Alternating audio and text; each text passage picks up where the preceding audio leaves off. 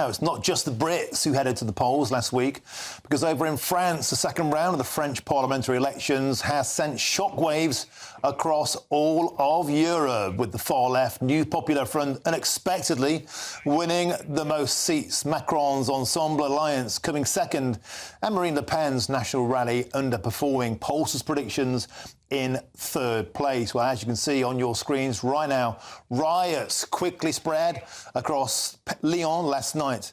And now questions remain over the future of French politics. Can the coalition hold? Well, here's the quandary, because has President Macron paid a massive, massive price? He called this election early, don't forget, just like Rishi Sunak did in the United Kingdom. He didn't have to do this. He did this. This is on the streets of Paris. You can see bikes on fire. The French, not for the first time, the French are revolting. A huge, huge price could be paid for this, because the policies of the left-wing alliance coming in could cost more than 200 billion euros. And joining me now to discuss the latest live from Paris is Times journalist David Chazan. David, welcome to the show. President Macron bet the house on this early election to keep out Le Pen. But, David, is the price he will pay by forming a coalition with the left going to be huge for France? Could this coalition bankrupt the country? No, I don't think so, because I think we're still a long way to go before we know who is going to form the next government. It looks like the centre-left and President Macron's centrists and the centre-right are determined to keep the far left out of government. Supporters of Jean-Luc Melenchon, who is the leader of the far-left party France Unbowed, he's a figure who is often compared to Jeremy Corbyn, and his supporters are pushing for him to become prime minister. But he's a hugely divisive figure, and even some members of his own party don't want to see him in power. As we're speaking now, Martin, negotiations are going on between the different parties that make up the left-wing alliance to see who they could put forward as a prime minister. But the parties in the alliance range from the moderate centre-left socialists through the Greens, communists and France Unbowed. And they've got very little common ideological ground.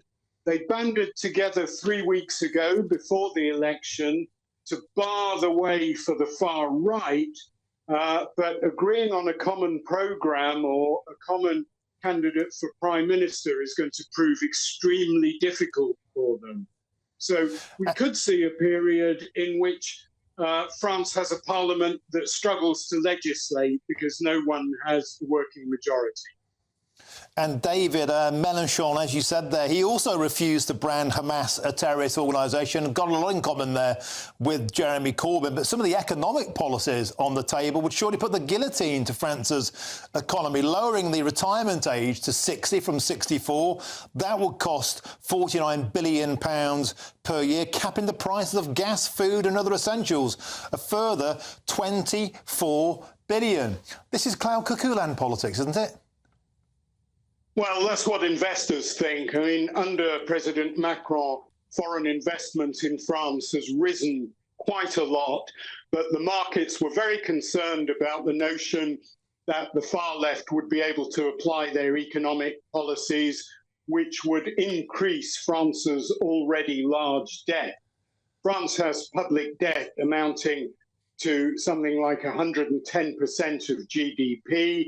It's running a big deficit. Public finances are under strain, and as far as the business community and investors are concerned, the last thing they need is a radical far-left agenda. But the interesting thing is that the economic policies of Marine Le Pen's populist National Rally, often termed a far-right party, are very similar to those of the far left. She also wants to reduce taxes and increase wages and do all sorts of other things, and doesn't really appear to have produced much evidence to voters that she's thought out the funding for these policies. So it's what President Macron is hoping is that he can somehow cobble together a more centrist coalition and carry on with similar policies. Whether he'll be able to do that or not remains to be seen. Yeah, chaos across the Channel, and the Olympics are rolling up. All eyes on Paris and across France for that. Thank you for joining us.